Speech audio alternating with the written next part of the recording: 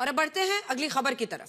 हैदराबाद में एक सांसद के बेटे ने अपनी 6 करोड़ रुपए की एस्टन मार्टिन कार से एक 26 साल की सेल्स एग्जीक्यूटिव को कुचल दिया। एक्सीडेंट के बाद उस लड़की की घटनास्थल पर ही मृत्यु हो गई। यह Aston Martin car Andhra Pradesh की जन सेना पार्टी के राज्यसभा सदस्य लिंगमनेनी रमेश के 23 साल के बेटे लिंगमनेनी संजुश चला रहे थे।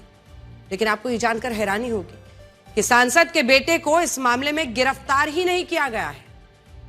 यह हादसा हैदराबाद के मधापुर रोड पर एक मॉल के सामने हुआ। हादसे का शिकार हुई 26 साल की पीड़ित लड़की भारती मुखी दोपहर के समय लंच के लिए बाहर आई थी और वो उसकी जिंदगी का आखिरी दफ्तर से निकलना हो गया, क्योंकि वो जब तक समझ पाती तब तक एक तेज रफ्तार एस्टन मार्टिन कार ने उसे इतनी जोर से टक्कर मारी कि घटनास्थल पर ही उसकी मौत हो गई। इस हादसे के तुरंत बाद आसपास के लोगों ने उसे बचाने की कोशिश जरूर की, लेकिन एक्सीडेंट से उसके सिर पर गंभीर चोटें आई थी, खून बहुत ज्यादा बह गया था।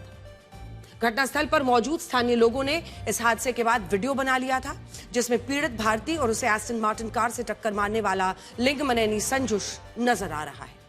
टक्कर के बाद आरोपी अपनी गाड़ी से बाहर भी आया, लेकिन तब तक बहुत देर हो चुकी थी।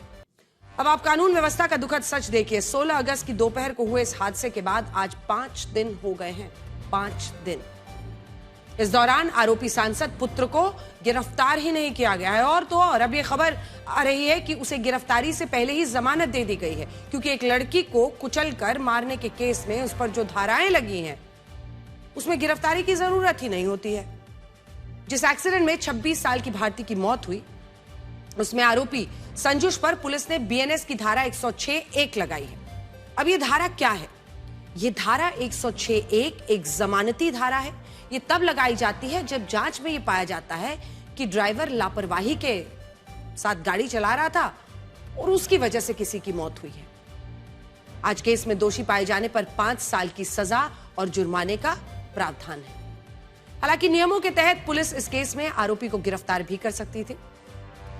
उसके बाद जो जमानत की प्रक्रिया है वो शुरू हो सकती थी, लेकिन पुलिस ने ये जहमत ही नहीं उठाई। उसने नोटिस दिया और नोटिस देकर छोड़ दिया, रफा दफा, और बाद में जमानत भी हो गई। मुमकिन है कि पुलिस का ये सॉफ्ट एक्शन इसलिए हुआ क्योंकि संजुश के पिता लिंगमनेनी रमेश एक्टर पवन कल्याण की जन सेना पार्टी के राज्यसभा सदस्य हैं और ये पार्टी आंध्र प्रदेश में इस वक्त टीडीपी के साथ सरकार में शामिल है।